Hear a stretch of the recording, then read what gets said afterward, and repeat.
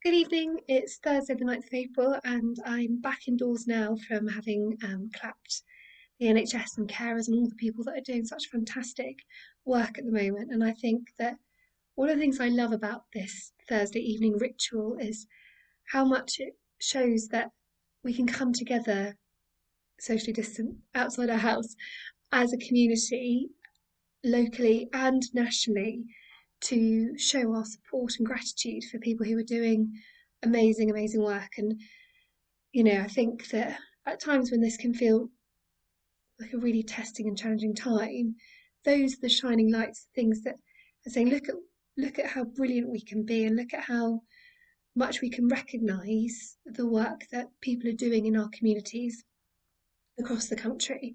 Um, and one's got to hope that feeling continues, beyond and into the future, that we really value the work that people do, the people who work in our supermarkets, the people who are delivering our packages, the people who are, carers in old people's homes, and people who work in hospitals and kitchens and nurses, etc. People who do valuable work but are perhaps not always valued and appreciated. And I don't know, I just get a bit emotional at 8 o'clock every Thursday, standing outside and clapping and hearing everybody locally clapping. I just find it really kind of emotional, and but in a good way, like in a happy way. So I hope you've been outside 8 o'clock this evening, clapping, banging pans, whatever it is. Um, you may remember yesterday we read chapter 15, and Dorian went to a party that he found a bit tedious, and he left and he went home and he burnt Hallward's belongings, and then he came across a box with, it said, a green paste waxy and lustre, and we can assume that this is either it's kind of alluding to that being opium or hashish, and he's then hailed a carriage, paid extra to be taken to, we assume, an opium den or somewhere where he can take his drugs. So we're now moving on to chapter 16, which I'm going to read to you this evening. A cold rain began to fall, and the blurred street lamps looked ghastly in the dripping mist. The public houses were just closing, and dim men and women were clustering in broken groups round their doors. From some of the bars came the sound of horrible laughter. In others, drunkards brawled and screamed.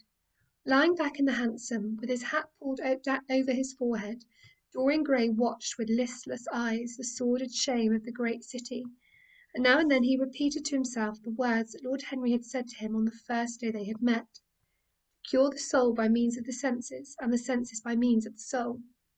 Yes, that was the secret. He had often tried it, and would try it again now. There were opium dens where one could buy oblivion, dens of horror where the memory of old sins could be destroyed by the madness of sins that were new. The moon hung low in the sky like a yellow skull. From time to time a huge misshapen cloud stretched a long arm across and hid it. The gas lamps grew fewer, and the streets more narrow and gloomy. Once the man lost his way, and had to drive back half a mile. A steam rose from the horse as it splashed up the puddles. The side windows of the hansom were clogged with a grey flannel mist. To cure the soul by means of the senses, and the senses by means of the soul. How the words rang in his ears! His soul certainly was sick to death. Was it true that the senses could cure it? Innocent blood had been spilt. What could atone for that?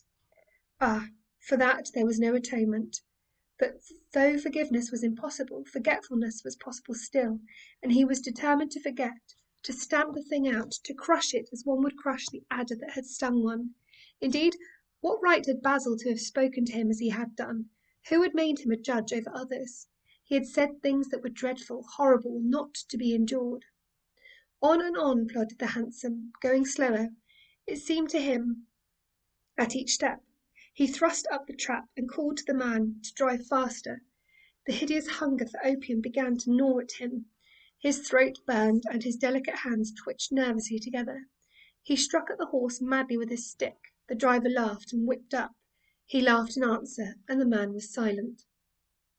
The way seemed interminable, and the streets like the black web of some sprawling spider. The monotony became unbearable, and, as the mist thickened, he felt afraid.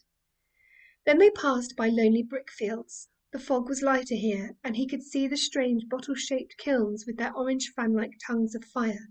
A dog barked as they went by, and far away in the darkness some wandering seagulls screamed. The horse stumbled in a rut, then swerved aside and broke into a gallop.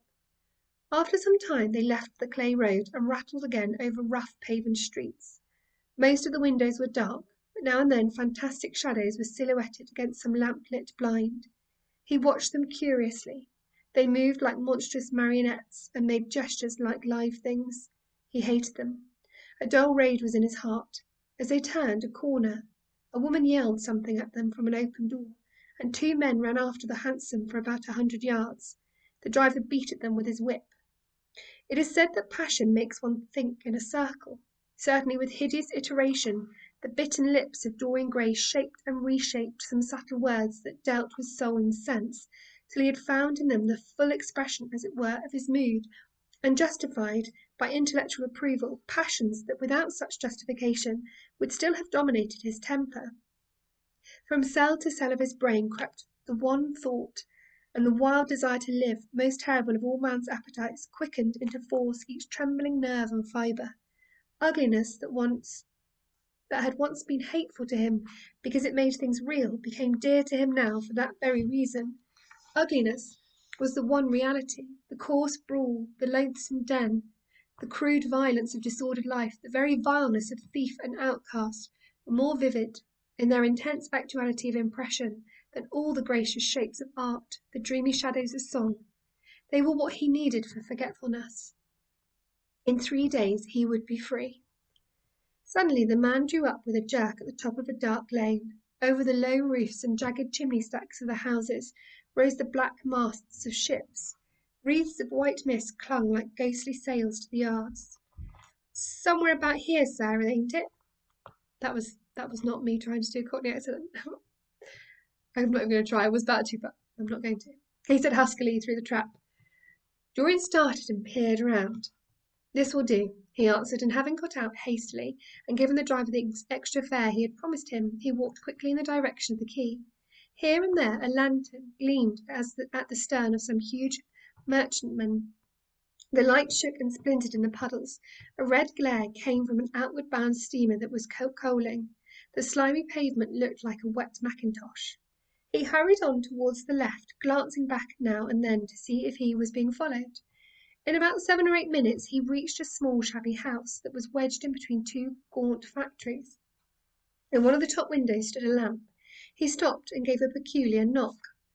After a little time he heard steps in the passage and the chain being unhooked. The door opened quietly, and he went in without saying a word to the squat misshapen figure that flattened itself into the shadow as he passed. At the end of the hall hung a tattered green curtain that swayed and shook in the gusty wind which had followed him in from the street. He dragged it aside and entered a long, low room which looked as if it had once been a third-rate dancing saloon.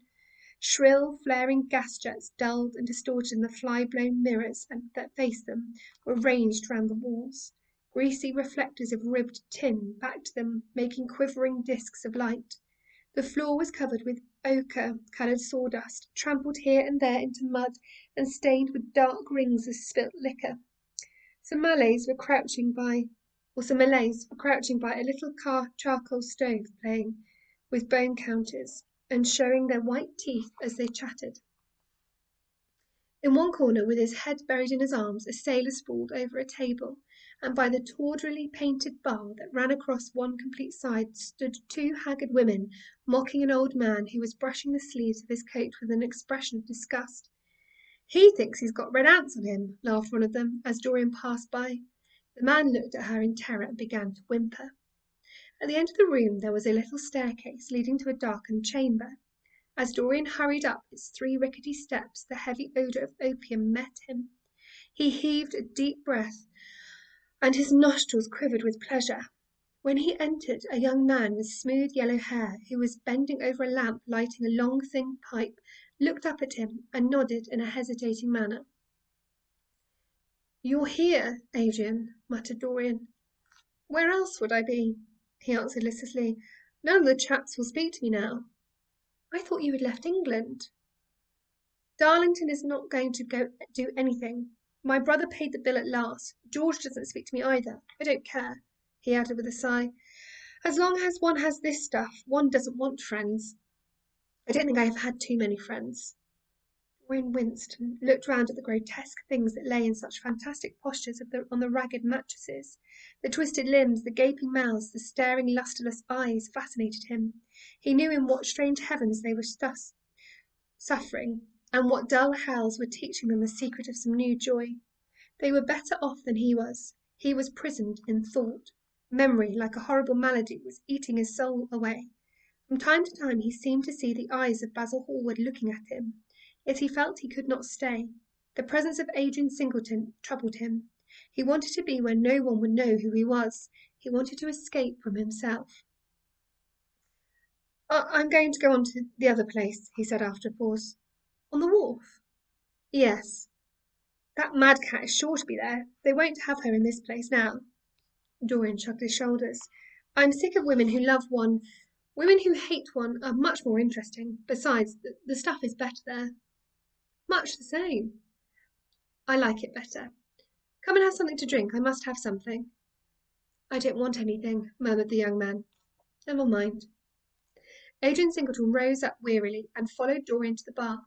A half-caste in a ragged turban and a shabby ulster grinned a hideous greeting as he thrust a bottle of brandy and 2 tumblers in front of them.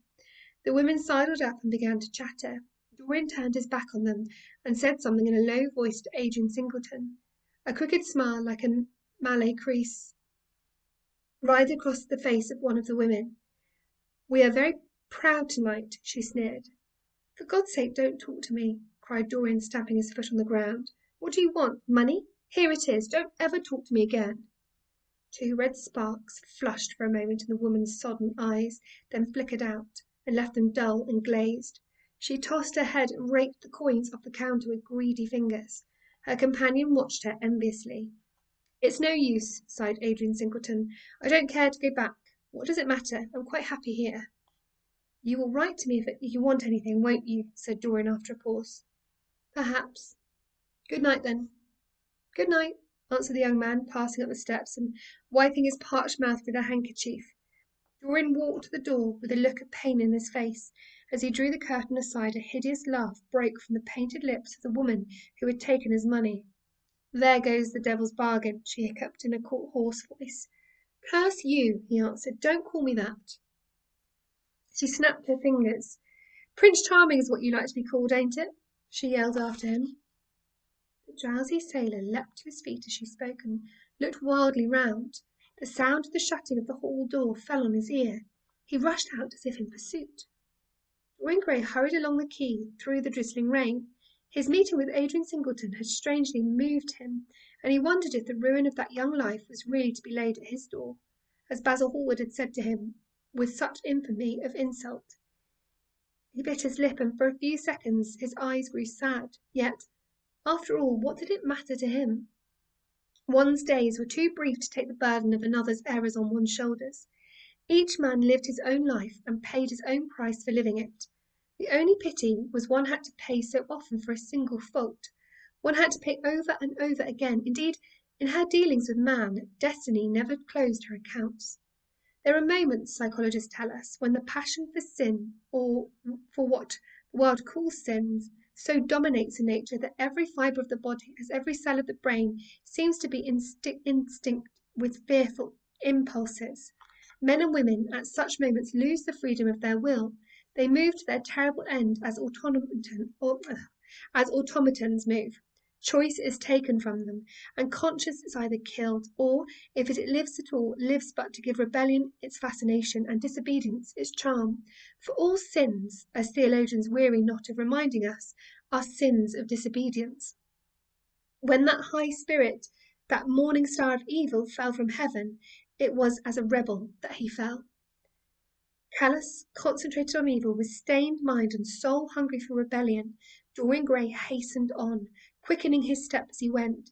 But as he darted aside into a dim archway that had served him often as a short-cut to the ill-famed place where he was going, he felt himself suddenly seized from behind, and before he had time to defend himself, he was thrust back against the wall with a brutal hand round his throat. He struggled madly for life and, by a terrible effort, wrenched the tightening fingers away. In a second he heard the click of a revolver and saw the gleam of a polished barrel pointing straight at his head, and the dusky form of a short, thick-set man facing him. "What do you want?" he gasped. "Keep quiet," said the man.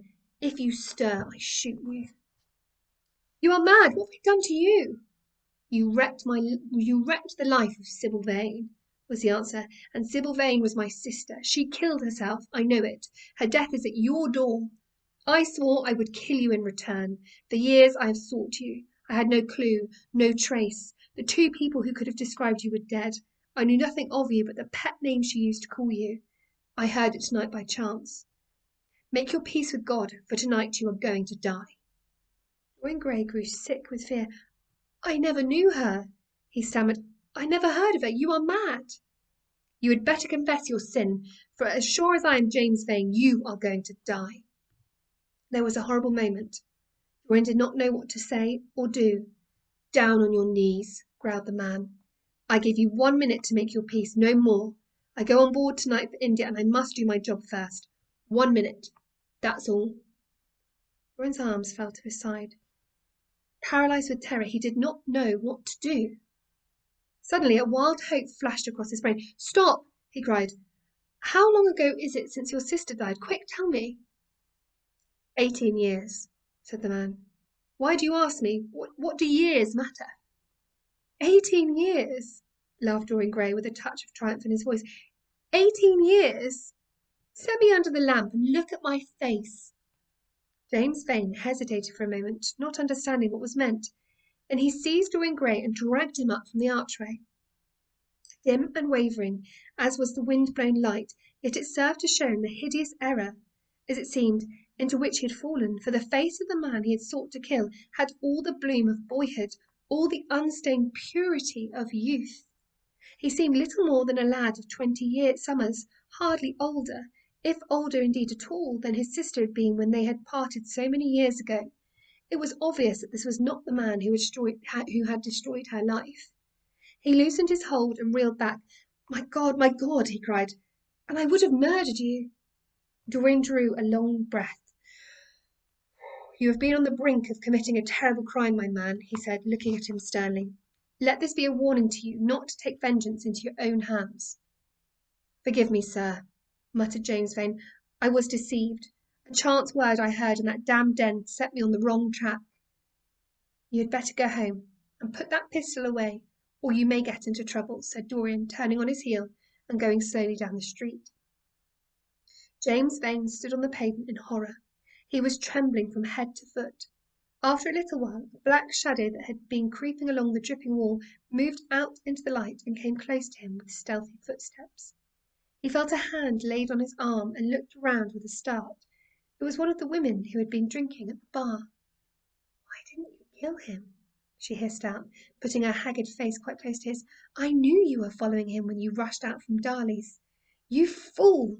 You should have killed him. He has lots of money, and he's as bad as bad." "He is not the man I am looking for," he answered, "and I want no man's money. I want a man's life. The man whose life I want must be nearly 40 now. This one is little more than a boy. Thank God I have not got his blood upon my hands." The woman gave a bitter laugh. "Little more than a boy?" she said. "Why, man, it's now 18 years since Prince Charming made me what I am." "You lie!" cried James Vane. She raised her hand up to heaven. "Before God, I am telling you the truth." "Before God?" "Strike me dumb if it ain't so. He is the worst one that comes here. They say he has sold himself to the devil for a pretty face. It's nigh on 18 years since I met him. He hasn't changed much since then. I have, though," she added with a sickly leer. "You swear this?" "I swear it," came in hoarse echo from her flat mouth. "But don't give me away," she whined. "I'm afraid of him. Let me have some money for my night's lodging." He broke from her with an oath and rushed to the corner of the street, but Dorian Gray had disappeared. When he looked back, the woman had vanished also. And that is the end of chapter 16. And I look forward to seeing you tomorrow And I hope you are. I know it's beautiful weather, but I hope you're managing to stay indoors. I know it's very tempting to go outside and enjoy the sunshine, but we just have to stay indoors. I mean, I'm very lucky that we've got quite a small garden, but I'm very grateful that we've got a garden at all. But unfortunately, it only gets like a tiny strip of sunlight because of the way we're crowded in around here. But we just have to make do with what we've got. So you might not have a garden at all, and I guess you just have to open up some windows and try and get some sunshine and light in. I hope you're all keeping well, and I will see you tomorrow. And that's it. Bye bye.